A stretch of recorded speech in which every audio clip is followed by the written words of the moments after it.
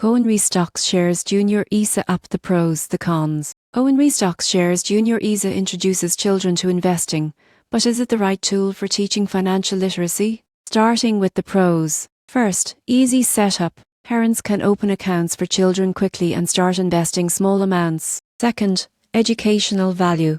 The app teaches kids about stocks, shares and savings, helping build financial awareness early. Third, parental controls. Parents can monitor activity, set limits, and guide investment decisions safely. Now, the cons. One limitation is limited investment options. The app primarily offers ETFs and selected stocks, restricting choice for more advanced strategies. Another drawback is fees. Small recurring charges can eat into returns over time, especially with smaller balances. The surprising truth? Most people underestimate how early financial education impacts future habits. Gohenry makes investing relatable and interactive for kids. In conclusion, the pros: simplicity, education and parental oversight make Gohenry ideal for introducing children to investing. The cons: limited options and fees mean it's best as a learning tool rather than a full-fledged investment platform.